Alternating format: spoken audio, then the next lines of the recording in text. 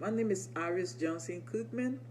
I'm a PhD candidate of Industrial and Organizational Psychology at Liberty University in Lynchburg, Virginia. For my presentation, I will be looking at four topics: consulting in crisis, acculturation, IT consulting, and employee development. Why did I choose these topics? The reason for choosing these topics: IT professionals may give the company advice on the safest technology to employ in their organization. Companies could also get assistance from professionals in locating security gaps in their existing systems. For instance, when it comes to acculturation, I can relate to this because I'm immigrant from West Africa and I have lived here for so long, work here, so I know what it's like acculturating into another culture.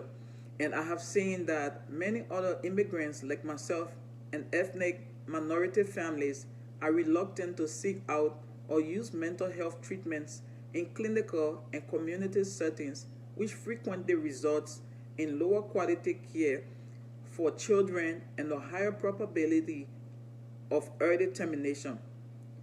I worked as a clinician years ago in an outpatient clinic, and people view mental health as a stigma.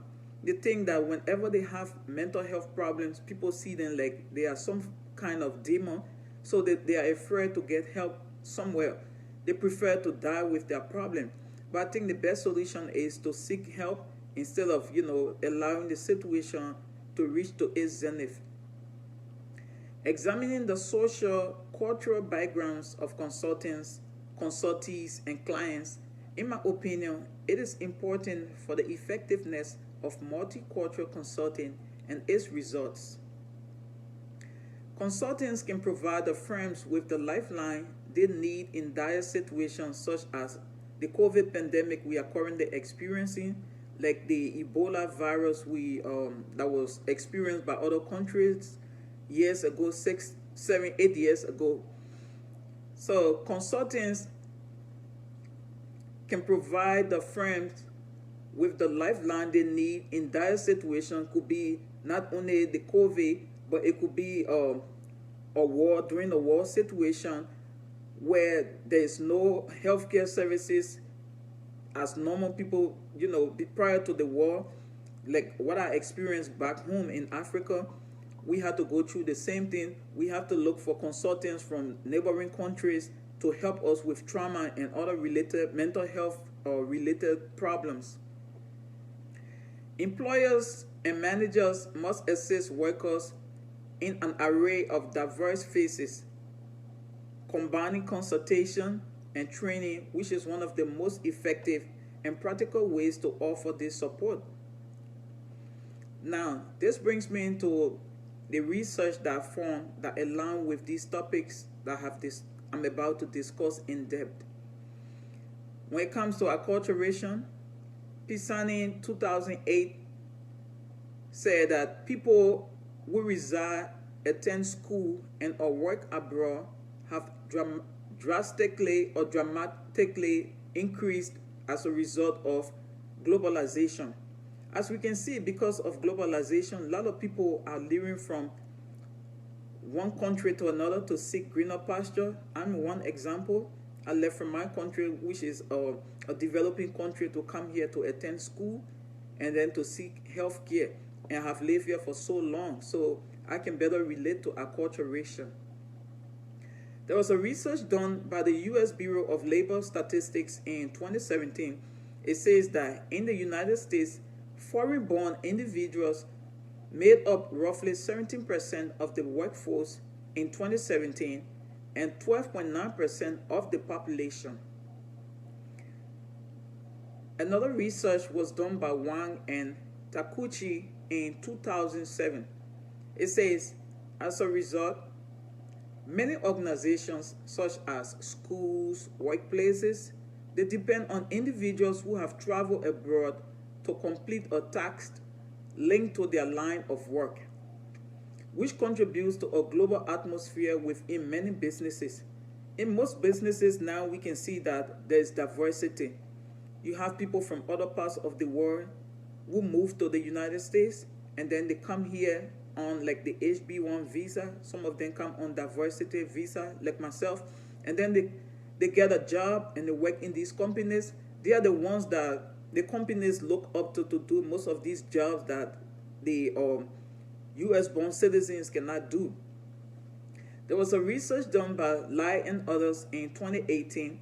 It says researchers presented evidence from the viewpoints of international trainees at various developmental phases to support their claim that the IDM model is a promising framework that can be culturally modified for the supervision of trainees from other parts of the world or countries. At each IDM level, the acculturation requirements and professional requirements of international trainees may even overlap more. The initial stage is to comprehend the procedures of acculturation for interdevelopment such as trainings and to pinpoint crucial components of cultural assimilation as language, communication styles, and cultural values. A research was done by Su 2008, which says one useful tactic supervisor can use to reconcile the divergent developmental processes while working with trainees from other countries is cultural talk. When I hear about cultural talk, it's more of cultural competence, cultural, acculturation. Employers should they should incorporate cultural competence in their training manual that will help their staff members or new hires how to work with other people from different parts of the world. Because if they are trained how to work with other people, it makes it easier, working with other people instead of just throwing them on the job without giving them the requisite training.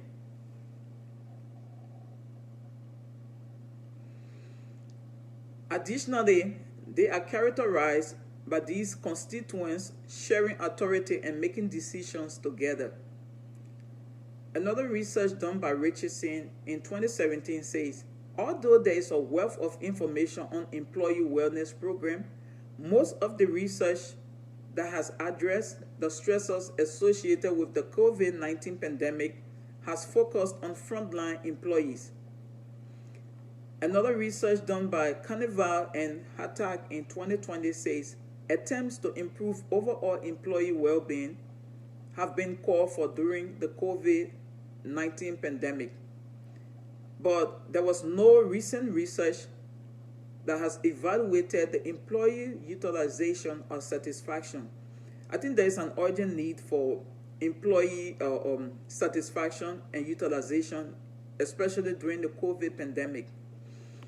A research done by Amabai in 1993 says a tendency towards skill mastery, cognitive flexibility, and curiosity known as intrinsic motivation fosters high levels of engagement in the activity and high quality learning. Therefore, in the workplace, when younger mentors are genuinely driven to undertake a task such as mentoring their older colleagues, they should invigorate them, facilitate their skill acquisition, and ultimately lead to higher perceptions of growth of mentoring skills. Aragon and others 2014 say implementing targeted training and development interventions that teach, instill, and modify competencies, attitudes, beliefs, knowledge, abilities, and behavior through new learning experiences is referred to as human resource development. Meyer, Oparin, and Dabai 2003. To stay current with how services are developed, delivered, managed, employees must continuously pick up new skills. It means that employers need to do in-service frequently so that employees can know how to perform well on their job, learn how to utilize new tools and systems, and still informed about technology. Technology is advancing every now and then, or is changing rapidly. So it is contingent upon employers to do quarterly training for the employees to stay on top of what's going on when it comes to technology. Short 2009 conducted research and said that training assessment should take place at many points, such as diagnostic evaluation. It should occur before the training intervention. Formative evaluation. It should occur during the training intervention. Summative evaluation should occur after the training intervention, and that is the longitudinal evaluation. According to Phillips and Phillips in 2009, training programs have been employed by businesses to get meaningful returns on their investment. Ahmed 2017 research states that accurately judging whether a training intervention had a positive impact on employee behavior and performance is the most difficult component of supervising the execution of human resource development programs.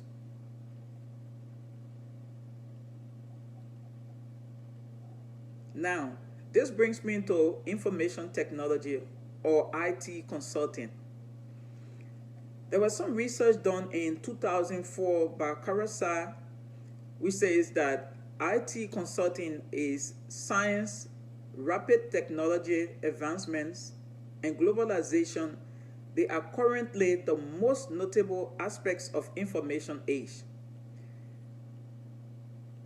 According to Ammerberg and Alten 2009, it says that these technological advancements boost the potential for providing effective and efficient healthcare services and make it easier to solve problems as they arise.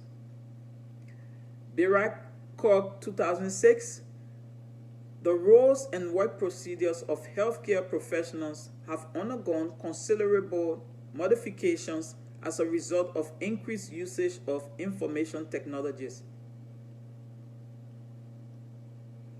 In contrast to process improvements brought about by fixed practices of technology use, when employees use IT inventive or creative ways, the cumulative consequences of their efforts assist to build dynamic production environments that benefit organizations more.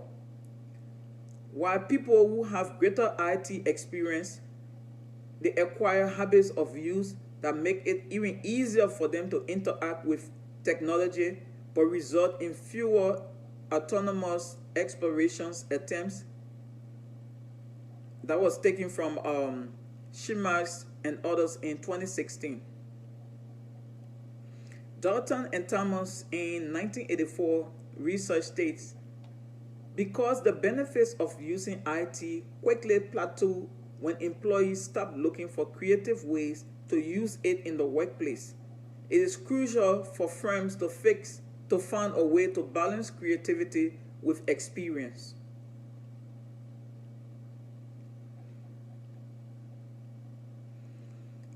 These studies demonstrate the need for additional theoretical frameworks and ideas to advance understanding of the societal, technological, and individual drivers of more complex IT use.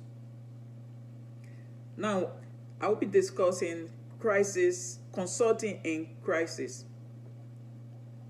It's kind of difficult to conduct or to find a very good consultation during crisis. But for the purpose of this research, I will just limit it to Ludwig and Friedrich 2017.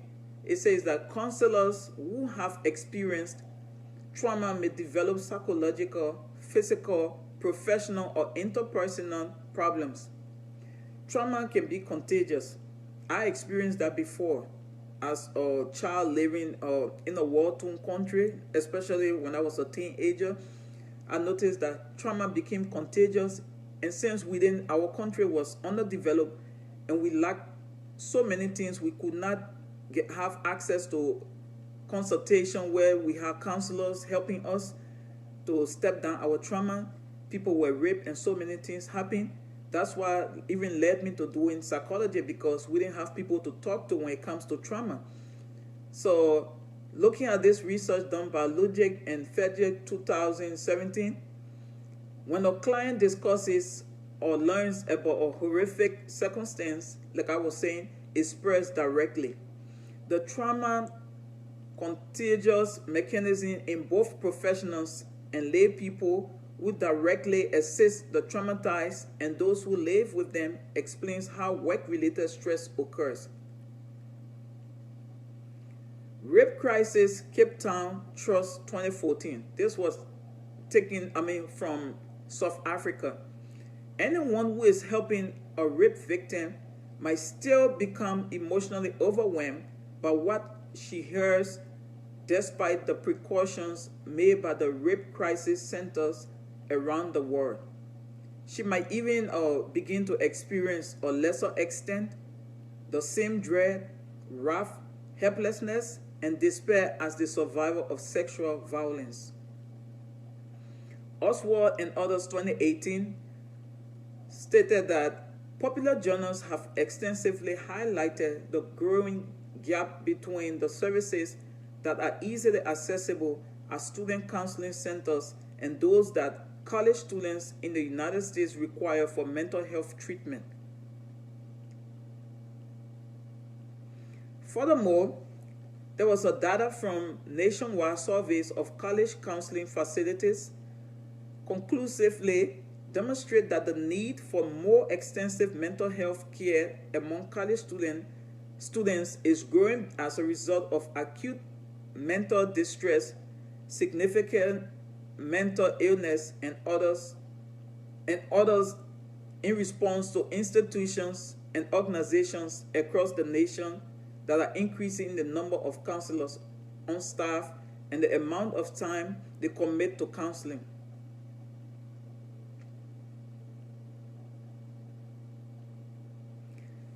Since its establishment in the United States in the 1970s, because of grassroots efforts to confront an oppressive patriarchal culture, rape crisis centers, RCCS, have offered crucial support to sexual assault survivors, according to Campbell and Martin 2011.